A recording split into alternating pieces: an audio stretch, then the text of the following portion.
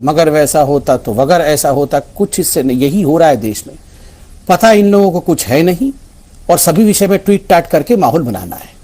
देखिए अमन भाई, आपने तो एक उदाहरण वो आईएस के आतंकवादी का दिया, अभी कुछ दिन 10 दिन पहले उसका पूरा का पूरा विवरण पेपरों में छपा हुआ था, कैसे एक सहानुभूति लेने की कोशिश एक आतंकवादी आईएस का कुख्यात आतंकवादी हमारे जेल में कर रहा था कि मुझे जय श्री राम के नाम पे टॉर्चर किया जा रहा है। सोचिए, एक आतंकवादी कह रहा है। दूसरा, तेलंगाना में आपने देखा चंद दिनों पहले, वो तो भला हो सीसीटीवी कैमरे में सब पकड़ा गया, तेलंगाना में एक मस्जिद के बाहर जय श्री राम लिख दिया, उसका नाम मोहम्मद आलम या कुछ था, और हंगामा मच गया। देखो जी, हिंदुओं ने कैसे ये जो है एक मस्जिद के ऊपर जय श्री राम लिख दिया। बाद में सीसीटीवी से मालूम पड़ा कि ये तो वहां मोहम्मद आलम साहब ही लिख रहे थे ताकि यहां पर दंगा भड़क जाए। सही पकड़े हैं। कौन है ये लोग, कहां से आते हैं? ये हर जगह इस प्रकार ये विक्टिम बनने की कोशिश करे, जबरदस्ती विक्टिम बन रहे हैं।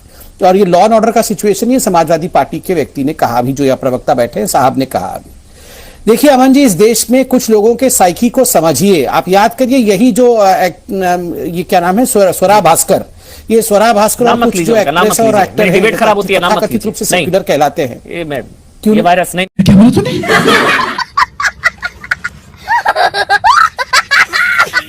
नाम मत लीजिए, डिबेट खराब होती है। वो जो भी है वो हाँ, तो वो आप ये याद करिए, जब जम्मू कश्मीर में एक मंदिर में रेप नहीं हुआ था, फिर भी इन लोगों ने देवी स्थान करके किस प्रकार से हिंदू धर्म को अपमानित किया। मगर अभी 10 दिन पहले मस्जिद के अंदर एक मौलाना ने रेप किया तो इनकी मुंह तक नहीं खुली, कोई प्लाकार्ड तो दूर की बात है, एक ट्वीट तक नहीं हुआ। देखिए मैं बताता हूं, ये सारे लोग, नाम नहीं ले रहा हूं, ये सारे लोग जिनको लगता है कि हिंदुस्तान में खतरा है, हिंदुस्तान में इनके खिलाफ, अभी इन्होंने कहा मुसलमान तो डरा हुआ है, अभी ये कहेंगे मैं झूठ बोल रहा हूं, आपके शो में अभी नासिर साहब ने कहा मुसलमान डरा हुआ है। यही वो लोग हैं जब अमेरिका जाते हैं, अमेरिका के एयरपोर्ट में उनको कहते हैं कपड़े उतार के वहां बैठ जा, जाके कोने में भी 1 घंटे के कपड़े उतार के नंगे होके बैठ जा, चुपचाप नंगे होके बैठ जाते। गजब बेइज्जती है।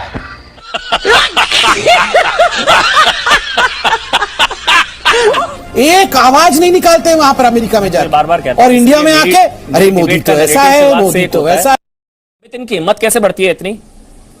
लाल किला से लोनी तक ये डिजिटल दंगाई, जो डिजिटली दंगा कराते हैं, पकड़े जाने पर विक्टिम कार्ड खेलते हैं, हिम्मत कैसे बढ़ती है इनकी? नहीं, आपका प्रश्न बहुत वाजिब है, और पहले तो मैं आपको धन्यवाद कहूंगा कि जिस प्रकार से आपने आज आपके चैनल के माध्यम से ये एक्सपोज किया है इदरीस पहलवान को, ये अपने आप में बहुत ही मुझे लगता है एक बड़ा कार्य है। बौखला गया था इदरीस पहलवान। आपका जो प्रश्न है कि इनकी हिम्मत कैसे बढ़ती है, देखिए अमन भाई, 70 वर्षों से हिंदुस्तान में सेक्युलरिज्म के नाम पे हमने इसी प्रकार के दंगाइयों की हिम्मत को बढ़ाने का काम किया है।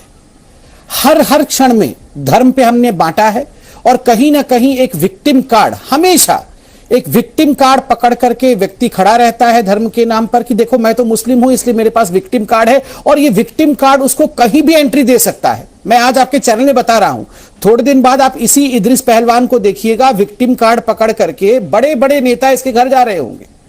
देखिए 70 साल से कंपटीशन चल रहा था, वर्ल्ड कप चल रहा था कि आखिर इस सेक्युलरिज्म में फर्स्ट कौन होगा, और सेक्युलरिज्म का डेफिनेशन, परिभाषा क्या होती है? हिंदुओं के लिए गाली और मुसलमानों के लिए ताली। आज यहां पैनल में हम इतने लोग बैठे हैं, यहां बैठे हुए फिल्म के मशहूर एक्टर हैं, महाराष्ट्र से आते हैं, मैं उनको बड़ा पसंद भी करता हूं।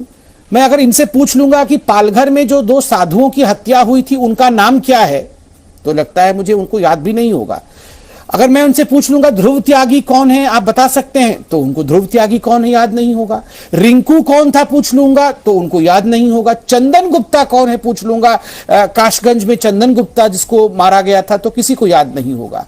मगर सबको याद है कि ये जो बुजुर्ग हैं, ये अब्दुल हैं, बाकी सारी चीजें जहां पर झूठ के सहारे से कहीं ना कहीं राम के नाम को बदनाम करने की जो साजिश होती है, वहां सबको याद होगा कि किस प्रकार से ये सारी चीजें हुई है।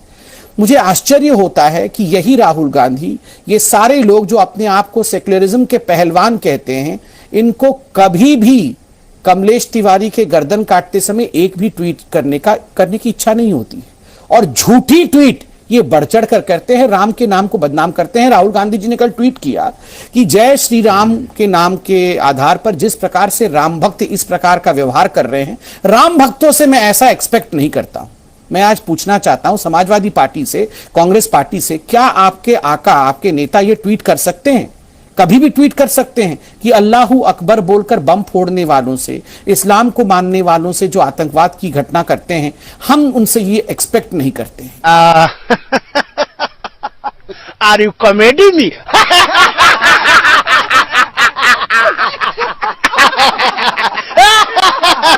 इतने आसानी से आपने कह दिया कि हम हिंदुओं से ये एक्सपेक्ट नहीं करते हैं, मगर क्या आप दूसरे धर्मों के लिए कह सकते? कभी नहीं कह सकते हैं। कभी इसलिए नहीं कह सकते हैं क्योंकि गर्दन हर किसी को प्यारी है।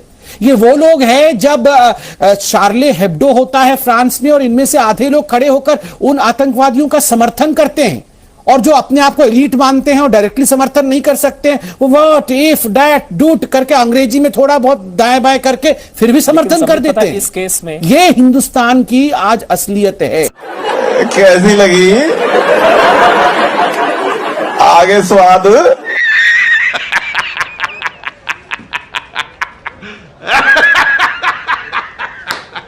तो दोस्तों, वीडियो को आपने यहाँ देखा है तो जरूर आपको ये पसंद आया होगा। तो इसे सपोर्ट करने के लिए जैसा लाइक करें, शेयर करें। अगर आप मेरे चैनल पर नए हैं तो इसे सब्सक्राइब कर ले कि ज़्यादा से ज़्यादा नोटिफिकेशन आप लोग तक पहुँच सके और मुझे और मेरे चैनल को सपोर्ट मिले कि मैं लगातार इस तरह के वीडियो बना सकूँ और जो सही पर्सपेक्टिव है, जो इस देश में बातें चल रही हैं, वो आप लोग तक पहुँच सके। जय हिंद।